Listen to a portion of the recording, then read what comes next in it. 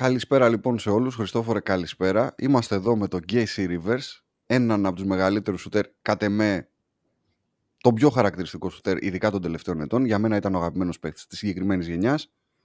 Νομίζω ότι αν είσαι και εσύ έτοιμος, Χριστόφορε, μπορούμε να πάμε να προχωρήσουμε. Casey, are you ready? I'm ready. Let's go then.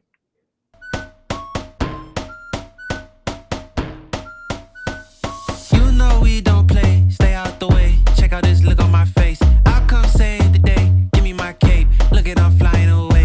Five-star cream of the crop. Go and make spot. Go and put the cherry on top.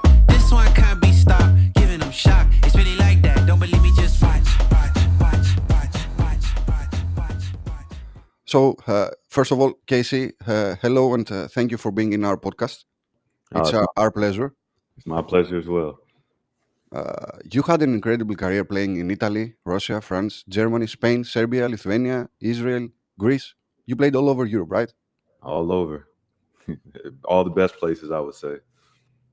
Do you think that the pinnacle of your career was winning the EuroLeague title with Real Madrid in 2015, first of all? I would say so. I think because we won everything.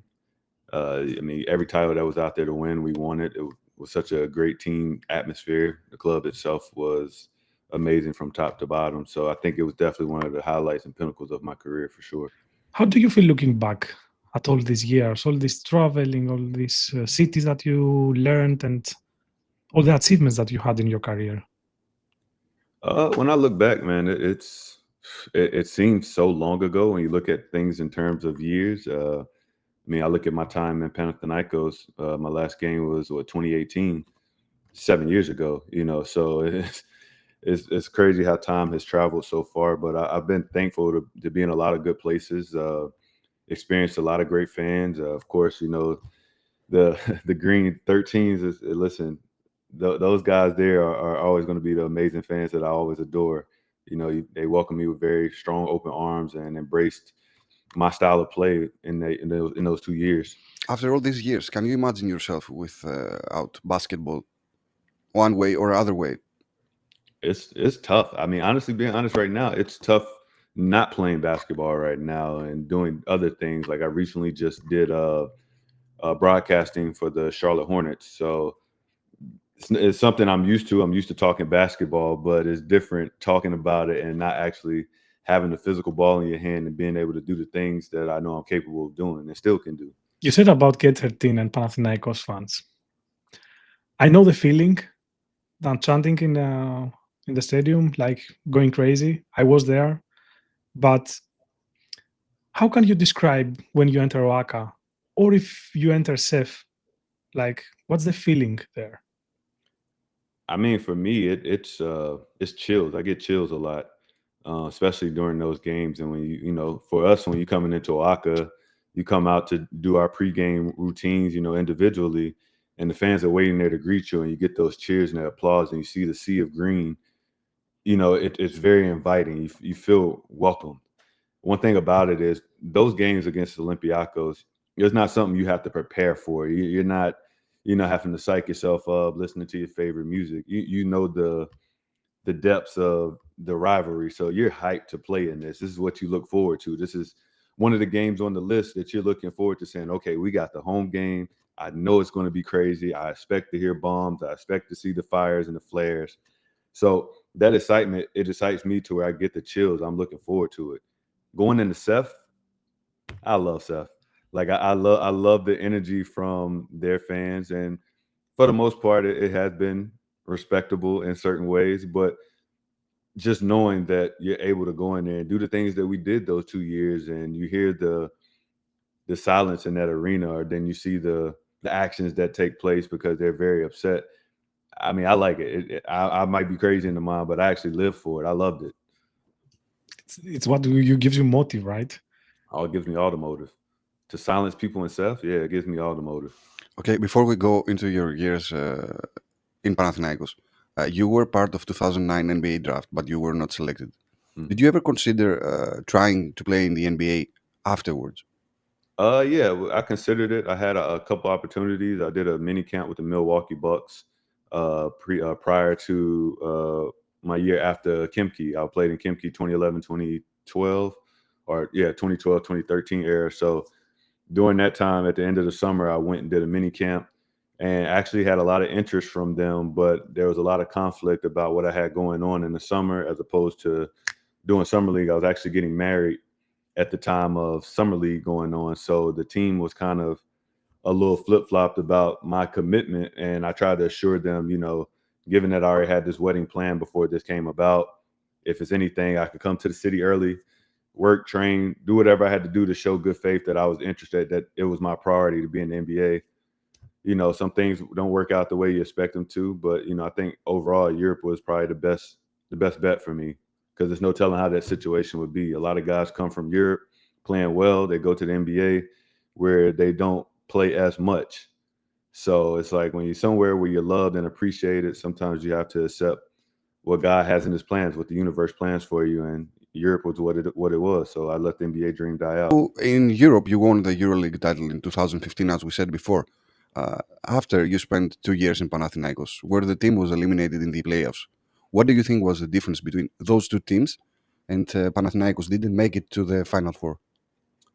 I think the first year when we played Finner, we had plenty of opportunities. I don't think, if you remember the game one, we came out hot, and somewhere in the second half, it's like we lost steam. And in this match, it was like the first match. It was like two different matches. First half and second half was very different story. Very, very different, and it credited to Finner for one, a team that, if you give them credit, they stayed together. They're the same team for the past 4 or 5 years at that point. They kind of were building to be together, and they stayed resilient. And of course, Obradović, being the tactician that he is, we all know him. You guys know him from when he was in Pana. He made some great adjustments, some that, we couldn't overcome. And we ended up getting swept, which I think that first game kind of dictated a lot for us. Had that first game went kind of different, I think that would have been a different series. Maybe it could have went 5. The outcome would have been, it just would have depended. We had home court. So having a game 5 in Oaxaca, I take my chances that we probably would have reached the Final Four there. The second year, Madrid, first game, we blow them out. I think second game was a little more even, some mistakes here and there. And then, once you go to another place, it's very tough. It's tough to overcome a lot of things in European basketball. Some things sway one way to the other, but it happens. Sometimes you say the better team won. Maybe they were the better team. I'm not sure. But I feel like that second year, I don't know if you remember, I was hurt at a certain part of the year where a lot of people kind of question what happened. And like I try to describe to people, imagine waking up and you can't pick up your telephone. Your telephone is heavy for your whole arm. Feels like you can't lift it. You can't move it. You can't describe what happens. I couldn't lift my arm to shoot a basketball. Like it was like my muscle, for some reason, on my left side was completely dead. And throughout a lot of treatment and a lot of lifting weights to kind of build it back up, it's hard to say what it was, whether it was nerve damage, impingement. I don't know. But I feel like in my mind, had I been healthy going into that series, I think it probably would be a different outcome. We had a discussion like a couple of days ago with Coach Vovoras. You remember Coach George Vovoras? Yeah. We had a discussion about this game, and he told us that each guy coming in the court about Real Madrid giving 150%. They couldn't stop in the first game. They were like going all over. Because there is a discussion that maybe Panathinaikos wouldn't won like with 30 points, like with this huge amount of points. That maybe gives motive to Real Madrid. Do you believe in stuff like that? It does. I mean, to have a playoff series in the first game, you get beat by 30 points, and it's like you give no effort. Being on the other side of that, knowing that group that we played against, I know Pablo Lasso well. I knew exactly what the next day was going to be. It was going to be a light shoot around, small little walk through practice, kind of, walk the city, tell the guys, walk the city, clear your mind, get refreshed, focus on the next step. I had a feeling, going into that, I was like, they're going to come out with a different mindset. It reminded me, I don't know if you guys remember, some years prior, Olympiacos beat Siena. Siena, yes. Real bad. and then they end up losing that series 3-1 because they lost the next game, and then they went to Siena and lost twice. So it kind of had that feeling to me. I remember watching those games. So it was like, that was like a trap game. That first game you came out, energy, the crowd was amazing. Gate 13 was amazing. But now, the reality set in that you had to play a very tactical team. And I think we just made some mistakes. Again, some mistakes really cost us in certain games, miscues, not making shots at different times. So it's a lot that goes into that. To be 100% honest with you, I was inside the stadium in the first match. I don't know what happened. I don't know, maybe you know, maybe you don't know. We as fans, when we are in the Gate 13, we don't look the game. So we have to look at a specific person that gives the choreography, and we execute like all the songs and everything that we chant in the arena. Had no idea what happened. And after the match, I said, okay, we won by 30? What the fuck happened? Honestly, it's just one of those games where you come out and you're not missing. I think first 5-6 possessions were steals and dunks, and they couldn't recover. I think Luka was frustrated. I think they had just a lot of frustration on their side that it wasn't quite as what they were expecting. But again, they found a way, and it went on to say, which is crazy that we got beat by both EuroLeague champions that year. Because the first Right.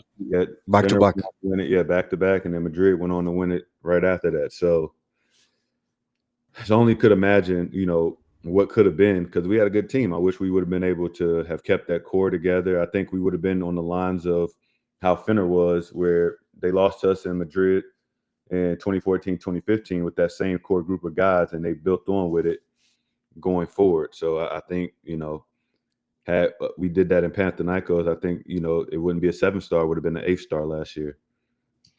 We got a revenge for you guys last year. Listen, I was neutral with that. I called the game for EuroLeague last year, and everybody asked, well, who are you going for? And I was like, listen, I'm neutral. I don't. Of course, I love my greens. I love Gate 13, and everything. But I also was a Los Blancos as well. So it was just I'll sit in the middle and just not cheer either way. I wish well for both sides. Back in Panathinaikos years, as you said before, you missed the second playoff series with your shoulder injury. Do you think that this was your toughest period in your career? It was, because for starters, it's like you're trying to figure out an unknown. Like, you're fine one day and the next day it's like, I can't lift nothing. I couldn't even pick up my kids. I had to grab them with one arm, and that kind of scared me because I didn't know what was going on. So in my mind during that period, I'm like, is basketball possibly over if we can't figure what's happening? I flew to Barcelona to see a specialist and was trying to do anything and everything possible to be ready for the playoffs, to figure out what exactly was the cause, and nobody could pinpoint anything. So in my mind, I was thinking something's real off, that this might be the end of me. We spoke with James Gist, we spoke with Chris Singleton, this part of guys, this group of guys. You were talented, but you had a great bond to each other. Like, can you tell us about that chemistry? What brought these guys together, and you had like this chemistry and this bond together? We spent a lot of time with each other. I think,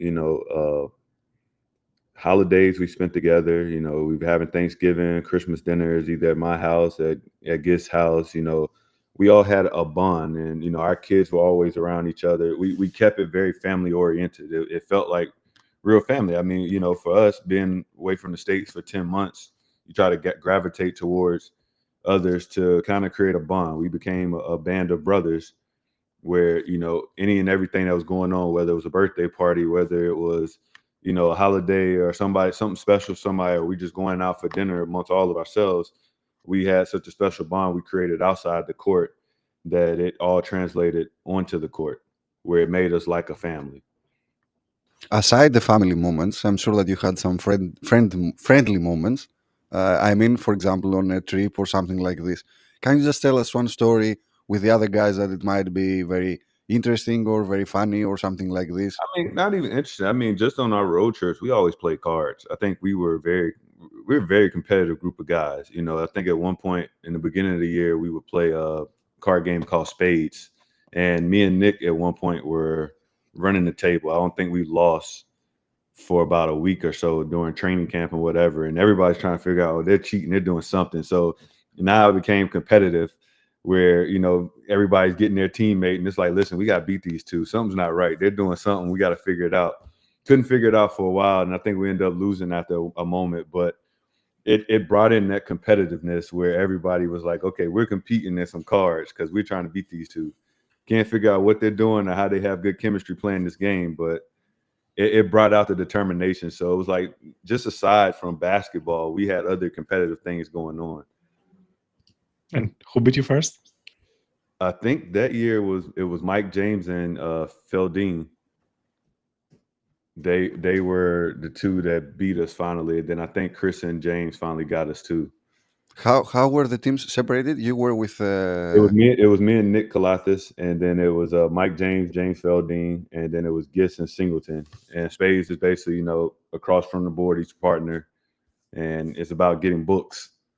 So you kind of bid how many spades you have, how many like books you can win, and then you kind of make your points based off of that. Kenny Gabriel and Thanasis were not playing? Not at this point. When we first started this, Kenny hadn't joined the team, and I think Thanasis was still in the NBA, or he was somewhere else first before he joined. Then the next year, I don't think he was too big of a card player, but he was outside of watching it though. Okay, you've been coached by legends like Lasso that you said before, Pascual, Pesic, Jaskiewicz, Trinchieri throughout your career. Which of these coaches do you think that influenced your game most? That's a good question, you know, because I think they all gave me different perspectives of how to play the game. I know with Lasso or Real Madrid, everything's about, you know, a role. You have to fit in a certain role because you have so many guys that do so many things. That year in Madrid, I mean, you had myself, you had Machulius, Rudy Fernandez. We were pretty heavy at a lot of positions, so the playing times fluctuated. So you were kind of set in a different role. So with Lasso, it was basically playing within my role, and if I needed to do something extra, learning how to do something extra in the time that I was given. With Xavi, I mean, playing against Xavi in Spain and then actually playing for him, he saw me as, in his eyes, he always called me a killer. He always wanted me to be that killer. You know, if I had a three-point shot, take it, don't hesitate. He allowed me to be free. He allowed me to, you know, be who I was in those moments in Panathinaikos where, you know, if something came natural, just do it. And I think he did that for all of us. He wasn't trying to hold us down. And he's very, very smart-minded, very strong tactician. I think we had maybe over 100 plays, and we probably didn't get to all of them, but he was that gifted of a mind where he's creating something for each and every guy that he has out there. And, you know, Sars, I can't say enough about him. I think he's just the same spitting image as Obradovic mixed with a Pascual. You know, he kind of combined both of them because his smarts and being an ex-point guard, he's another one that kind of wanted you to free flow, free play, but also, you know, he does all the yelling, the theatrics, and he wants you to be in certain spots, and he sees things before they happen. So he put me in the mindset of seeing and reacting to certain things before they happen, kind of making adjustments on the fly, actually being a second in command of a point guard who's already out there with you. And he was influential just playing hard. You know, the harder you go, the tougher you are, the better it can become. Can I ask you something about Saras? Oh, of course. We see him being something very different from time to time. For example, in the press conference in the last game in Oaxaca, he was in a very good mood, very funny, and he answered a question about smoking. But on the other side, we see him sometimes being angry, nervous. I mean, on the pressure of basketball, not angry, something bad. What kind of guy is he? What person Saras is? Honestly, he's very chill. You know, outside of when there's not a game, he's very easy to talk to. He'll laugh with you, joke with you. In all seriousness, for him, he's still a student of the game. He still has that competitive mindset as if he's playing. So certain things that he sees in video and breaking down other teams is just as if he's the actual player again. And he gets upset when it's like, you know, we talked about these things, you know, we went over this. I told you this was going to happen. So that's more the theatrics of what he's already seen and what he already believed to happen coming into play, where it causes him to be in an uproar like that. But aside from that, man, I mean, he's a very chill guy. When I played for him, you know, he would do his usual yelling bit. But for guys like me and Yankunis, he would come back and double back and say, hey, you guys are veterans. You guys are pros. Like, you know it. Like, trust yourself. It goes from like a yell to like a calm conversation, and then it's back to normal. But it's not like we walk into the locker room and we fear Sars is going to go crazy or he's going to do something that is unexpected. I think the only time I ever experienced him go crazy was we lost a game when I was in Zalgiris. We lost a game to Cholet in the LKL. After we had a double week coming up, and he took most of the guys that played a lot out, and we were up 20, and we ended up losing. So he punished the other guys that don't play that much, but we had practice immediately after that game. Like, it was a side of him I never seen where he was like red in the face, he was yelling, he was upset, and rightfully so. I understood why. It's like, you know, the guys that play the most after a tough week built up a lead, and then, you know, the other guys decided to lose it, but he punished the whole team. So that was the only time I ever seen a side of him that I was like, okay, that's a little different. But overall, to me, he's a chill guy. Do you see yourself as a coach in the future?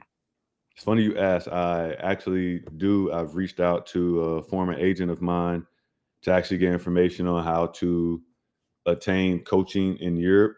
You know, I prefer to still travel, be in Europe. I love being in Europe. So he was telling me about something I needed to do in Spain to get accreditation or to be able to coach in Europe. So it's a strong consideration. Although the broadcasting thing that I just did was pretty fun, and I don't know where that might go. So it's kind of like I got a few options that I might want to try out. Basketball is evolving into a more free-flowing style of play, heavily influenced by the NBA, I guess, that you see this. Do you think that it would be, it have been easier to dominate if you had played in this era? This era is different, you know. It's a lot more fast-paced, a lot more threes taken. I think I probably would have flourished more because there's a lot more threes taken, but I have to side with the fact that we don't have enough back to the basket players anymore. I think everybody's outside the perimeter. There's not really much of a dominant big man that's commanding attention. Like, okay, if you're talking European basketball, you can mention Tavares, but when you mention Tavares or you mention the big guy from Ephes and stuff, they're not catching the ball in the post. They're not backing you down. Lasort is more pick and roll to the basket. You know, we don't have that dominant big like we used to. There's no more Sophos. There's no more, you know, Barusis and these type of guys that had footwork, finesse, and things like that. Everybody's kind of out on the perimeter. I think basketball has evolved a little bit, but I think if it gets back to the point where we just don't value layups and threes, we value mid-range and other aspects of the game, I think it'll still be better at the end of the day. You know, I think we still need those dominant forces. We still need the different actions because, I mean, yeah, we can all hoist up 50, 60 threes a game, but what does that lead us to? Less scoring of points. You know, if you're not making those shots, you're not doing anything else. The game is kind of getting tainted to two different sides. It's either you take a layup or you shoot a three. There is no, I pull up for a 2-point shot, or we're passing the ball into the post and our big man is doing what he needs to do. It's completely different. Speaking about your own game and your style that you like to play, you were one of the most compact 3-and-D players used to play in the league. If you had the chance right now to play in a team, like you pick up your phone and you can choose which team you could And go I with contracts. actually get to play? Yeah, you choose about the team, like based on your play style and your attributes. Based on my play style, Yes, I mean, forget about the feelings, I mean, and no, but you know, even at this given moment, I would love to play for a team like Dallas. I think with the creativity now, with them adding AD, you know, the pick and roll, a lot of defenses are going to be looking to try to stop the pick and roll lob plays, and that leaves moments for open shooters. I think for myself in that position, that's a lot of open shots because the focus will be on Kyrie and AD, and, you know, they'll forget about the shooters, which I think when looking at that, if it works out well, Klay Thompson should really have some open daylights, you know, coming soon. and in Europe, the same question about Europe. Ooh, who have I watched? You know who's exciting to watch and I would love to play for would be Paris. I mean, if we're being honest, I mean Paris and Monaco, the way they play up and down, they're getting it, they're going. It's a lot of shot opportunities, especially with the focal point being on their star point guards. I cannot pass this. You said Dallas. I still have nightmares. What's your opinion? Yeah. The trade was tremendous. Like, I cannot understand it, like how this happened. I want your opinion about the trade between Doncic and You have to. I mean, in one way, it seems like a very silly trade. You still, and I think a lot of people are still trying to wrap their mind around it. I know here the biggest talk was about Luka's condition. You know, him not being in shape. I mean, and we've been on the European set. We've seen Luka when he was very slim cut, agile, athletic, and that's the Luka they seen. The Luka they got now, I mean, he's still averaging 30 something and he's still hard to stop. But I think in terms of money wise, when you look at it, he's slated to make 5 years, 345 million. You know, I think Dallas took a gamble as if they didn't want to really invest in that, not knowing what product they were going to get in those 5 years. And I think LA, you know, LA was looking on the side of post LeBron era. You know, they needed to find that star that they could build around once LeBron decides he's done playing. And, you know, I think it worked out for both teams. I think for LA, this is more of a long-term thing than a short-term. I think for Dallas, this was more of we need another superstar big and we need it now. Now, who's to say how this plays out? I don't know. But I think in the end, I think LA wins this trade in the end just because of longevity. If Luka can really get mentored by LeBron and really take dieting, conditioning serious and everything else, I think it creates a monster that LA can build around. And he's only, 23, 24? And with him and Austin Reeves, I think you have something there you can build around because it's a big market. You can get players to come to LA to play with Luka. You know, Dallas is just, you know, short term right now, win now mentality. I think always LeBron was operating better when he had like another point guard or a shooting guard that can shoot the ball, can do things in the court. Like we saw Wade, Kyrie Irving. It takes the load off of him. I think Yeah. this will take the load off of him where he's not super ball dominant, and it'll kind of help. I'm assuming, you know, energy wise, minutes wise, where he's not having to be on the court more times than he needs to be. I think JJ Redick could probably manage that pretty well. So hopefully, I mean, we'll see how it works. I mean, it seems like it's going to go well, but we know how the Lakers are. Everything starts off sweet, and then somewhere after the trade deadline and All-Star break, it's like it's kind of downhill. So hopefully, I think it'll work out for both teams. But I think, you know, the Lakers were playing a long-term game while Dallas was thinking short-term. And crazy trade, but listen, it happens. I know. It's just so pure business in my mind. Like this NBA thing with European thing, it's different so much. In Europe, you can stay in a team forever. It's possible. But I mean, EuroLeague now has you can make trades, I believe, right? I think EuroLeague now you can make trades. Only one trade. Only one. James Gist when he came to Panathinaikos. But I mean now though in EuroLeague they can make trades. You can trade players. So but the teams are not doing it. You are illegal to do it, but you are not doing it. It's very difficult to match the salaries in EuroLeague and the roles. That's the part of it is matching and really somebody actually agreeing to it. Because can you imagine Yiannopoulos giving up a Kendrick Nunn or somebody for like contract? Like, you know how you would really have to piece these contracts in order to make sure it works for both sides. It's a lot different than the NBA. Okay, Casey, you were a very dominant three-point shooter. We've seen plays for you after stagger screens, coming off and shooting the ball. How difficult is it to shoot accurately after all those runs and running after the screens? How can you manage to do this? Is it practice? Is it something that's talent? What kind of? It's a lot of practice. It's a lot of repetitions, off-season repetitions, knowing exactly what it is you're going to do. For me, during my off-season, I knew a lot of stuff, especially the second year with Xavi. a lot of stuff would be pin down stuff, so a lot of screen action, slipping screens.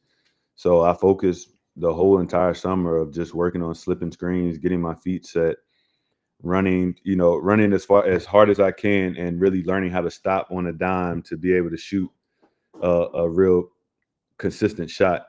Definitely is not easy.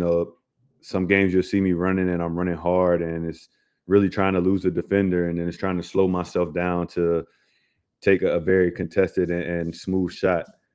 But it's a lot of repetitions that I think it goes unnoticed. I used to stay constantly after practice with Coach Nico, and we would do a lot of pin down stuff. And Coach Adam Diamati, who's I think he's out and still in Zenit, that we would do a lot of this after practice, just going through it, imaginary, just working on the footwork. And it's mainly what it is the footwork and the mechanics at the end of the day, and having the energy and the stamina to do this consistently, knowing that it's going to get called again and over if you're making shots. So there was a lot involved in it. How many shoots per day? I never counted. Some people tell you, I shoot 800 shots a day. It's like I've never counted. I would just go through different spots, different ideals of how the game may play out, and just shoot maybe 10 each spot. So if I guess, I would say maybe 200, 250, and getting out of there. I think the biggest thing is just always the repetition. Once you get comfortable with it, it becomes muscle memory. So if Christopher doesn't want to ask something extra, I think that we are done and we can go to the second part. Yeah, Casey, the second part is like we have some quick questions. The first thing that it comes in your mind, because it's more or less typical questions that we do to everybody, and some questions from the fans. Okay? Okay. Who was the best screener you ever played? Screener? Yeah. Oh, it gotta be my man Gis. I mean, I've gotten open, all the time off of James Gis screens. It was between him and Singleton, especially if there's somebody that they're having some sort of issue with during the game and they're guarding me, best believe they're going to tell me, hey, bring them my way. I'll free you up. So Gis Singleton would probably be the best. I would say another one would be Felipe Reyes. It's kind of tough because those guys I know, they're headhunters. They're going to hit somebody. So I would say those are the best screeners in my opinion. Panos, I'm going to cut this and I'm going to tag I'm sure. James Gist. And we will see his response. There's plenty of videos if you watch, man. I mean, listen, most of my screens, my pin downs, they always end with Gis. I start with Singleton and then I'm running right off of Gis. So, I mean, it's evidence. Who was the best passer that you played with? Come on, guys. This is tough because it's like I played with a lot of good point guards. I mean, I feel like Nick always put it on the money, but I also had Chacho, who was like, it's hard. That's a tie. It's like a 1A, 1B for me between Nick and Chacho. Come on, I guess we would pick Nick because he was we'll pick Nick because your card buddy too, right? Yeah, he's my card buddy. We'll pick Nick, but I can't rule out Chacho. I would go with Chacho. I would go with Chacho. I mean, listen, they put it on the money, man. You can't ask for nothing better than that. I mean, laces, everything. It's there. I would go with Nick because I want to invite him in this podcast. If you see this, Nick, you are invited in this podcast. Okay, good. Which was the biggest shot of your career? Biggest shot of my career. I don't know. Honestly, the game that I really remember was, I want to say, was it the first year when we played Cheska? I think we went overtime and Mike drove and he threw it to the corner to me. And it was a shot that kind of put the game out of reach. I think it was the first year we played. That was the first year. I felt like that was the biggest one. Do you remember the match in Bamberg? You also shot some. Yeah, the Bamberg match too. Yeah, I feel like that Cheska one was pretty big. I think another big one that I had was the first championship we won in Seth.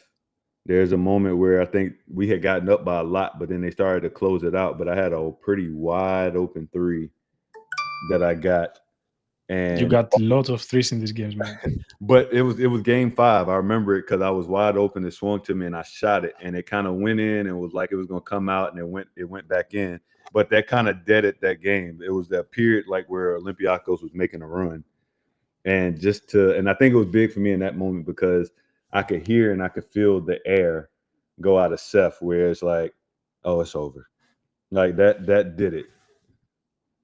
That's my favorite part, man. It's just when you hear Seth go silent, it's like, Honestly, mine too, but oh, it's over. Okay, as a kid or later, who was your idol? So my idol growing up was my uncle. My uncle played for Panathinaikos in '96. So that was first my idol. And then, of course, I always idolized Kobe Bryant.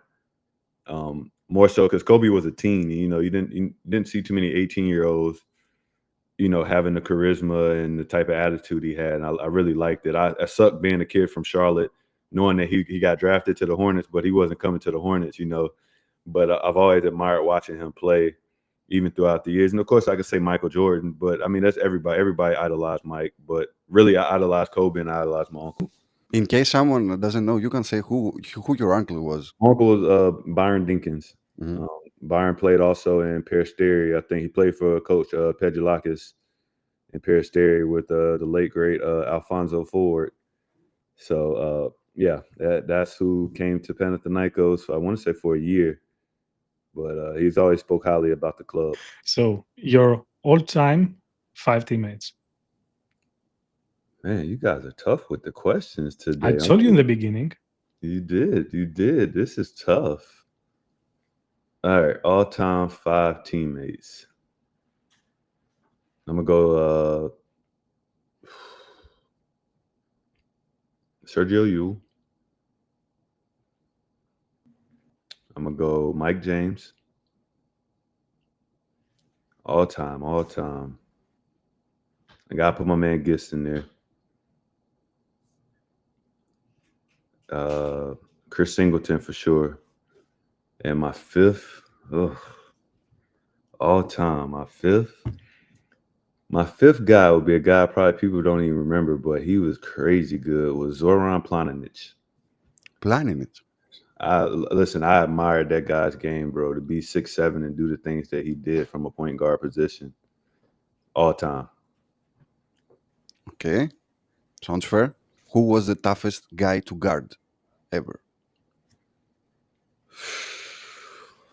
Honestly, that's a good question. I've gotten asked that about a couple weeks ago during another podcast. And I mentioned Bogi Bogdanovic. He became very tough. Also, Shaved is tough. Just because, I mean, he's shooting it from anywhere on the court, and then he's constantly has the ball in his hands. Them two, along with Keith Langford, I think would be my top 3 that I've actually guarded or had to have the opportunity of guarding consistently. That I would say is top 3. Now, the last 2 questions is the most tough questions. Final 4 predictions. Watching it, it's hard to predict the Final 4 because, in those 5 games, anything's possible, but I do see Monaco getting there again. I see Olympiacos getting there. Sleeper wise, I see Finner in there. It's not the sleeper. And depending on who they match up with, I'm still high on Paris, man. It's something about them, the way they play, that it makes them very dangerous. And I only question depending on who their matchup would be. But then I also, it's hard to say. Like I could say Bayern Munich could sneak in there depending on what their matchup is because they play amazing at home. On the road, okay, so. But Paris, I think they're surprising a lot of people. They're very well coached. I think they can be a sleeper. Don't quote me on it, but listen, I don't know. I always say I will always say Panathinaikos, and I know Pondo's made a face, but it's just right now with the injuries. With the injuries and you're not having a solid 5-man, Matthias plays, he does quite a bit of damage, and not having him, I feel like Dinos he's not a 5, but you don't want to really stretch him out that way.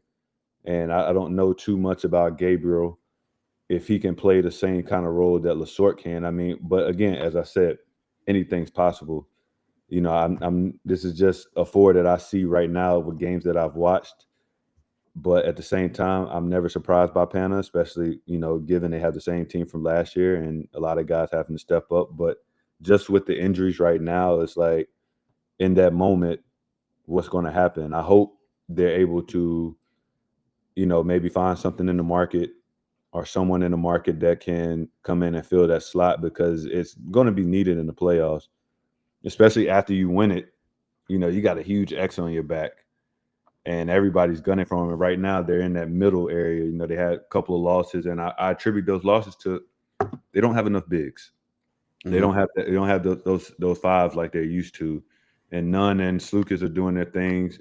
Chetty Osman is doing well. Juancho's playing well, but you still need that fifth guy. Dino is definitely a great guy. I love his game as a 4-man, but as a 5, I think it's difficult. You know, having to cover so much. And not saying he's not capable of doing it, but I think in order for Pana to get into that 4, to my 4, if they get them a big, hopefully soon, I think they can really do something. They can repeat. They have a possibility of repeating.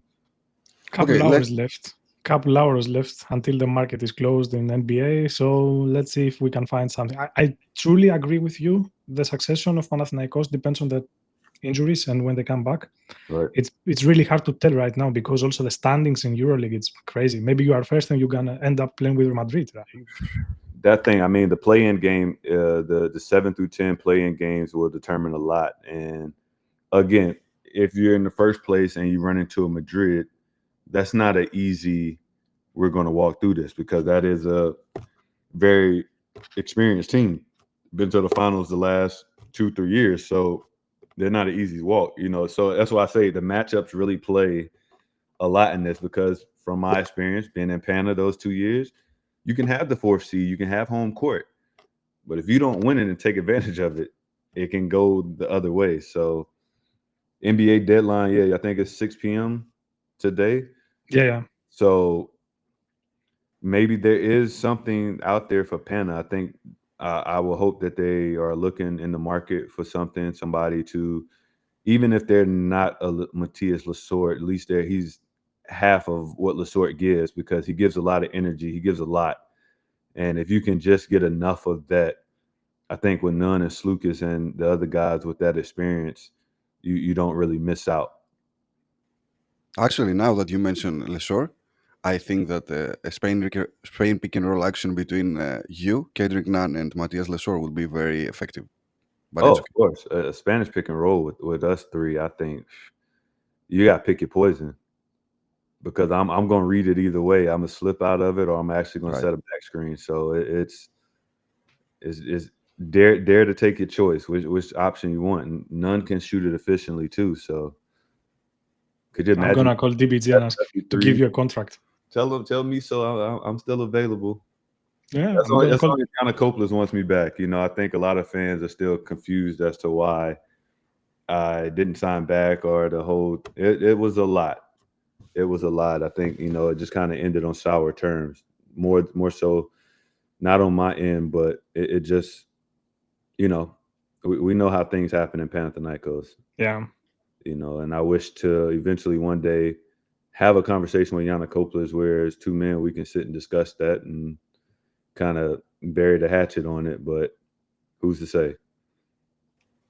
Let's see. We can convince him.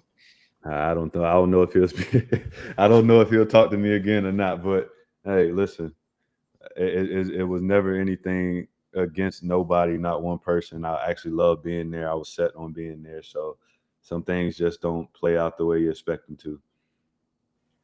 Actually, you speak about this. You have a lot of sadness inside you about this. Do you have any? Yeah, it kind of hurt how things played out. I think more so how you can be loved by a person who speaks highly of you. They talk about you well on IG, and then in the blink of an eye, everything just kind of goes left, and you're trying to figure out, well, what went wrong? Can we communicate? Can we talk about it? It was a lot of things that really broke down in that second year. My injury happening didn't help it at all. So it just, it was a gut punch. It hurt, like, you know, because I had my heart set on, okay, I'm about to be in Athens for another 3 years.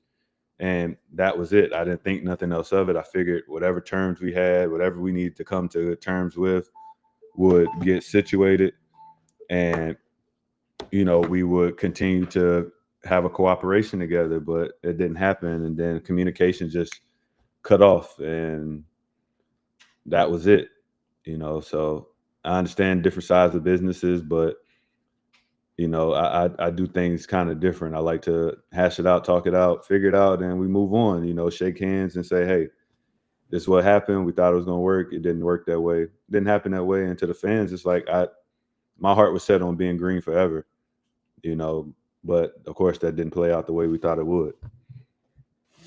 Okay, last question, Casey. You said the 4 teams that you think that will go to the Final Four. Mm-hmm. Let's talk about who will win the championship. Sorry. Let's say that the 4 teams are Fener, Olympiacos. Who else you said about? Monaco and Paris. Yes. This is hypothetical, and this is gonna be my champion. I would pick Fener over Olympiacos. I won't get them. I won't give the Reds no opportunity to glory of this. Like, whether they win it or not, I'm green. I'm gonna stay true to green all the day. They have a great team. Don't get me wrong. They're playing amazing these last few games. They're on the roll, but I think Fener gets them. I think Fener would get them. But this 4 for me is not set. This is just what I'm seeing from watching games right now. I think if you ask me next week, if you text me, ask me next week, it'll probably change.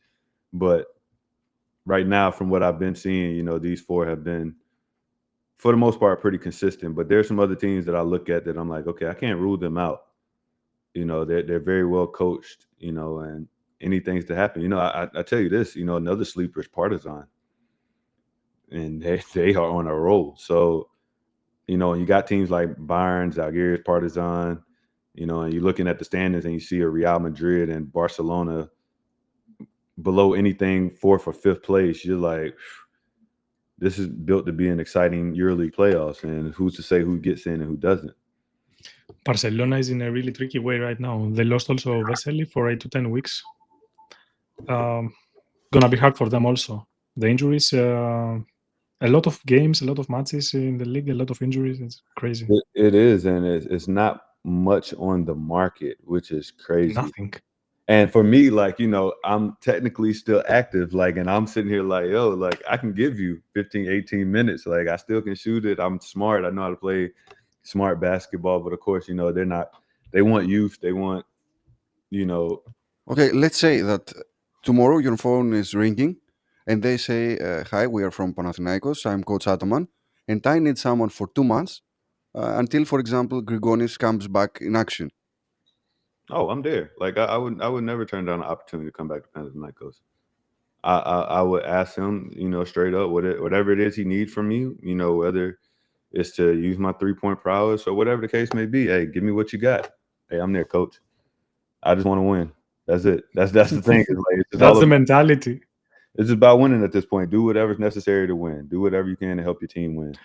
All right, Casey. We reached the end of our interview. It was a pleasure to meet you and speak to you. You are a very nice guy and very calm guy. It's really, really glad to meet you.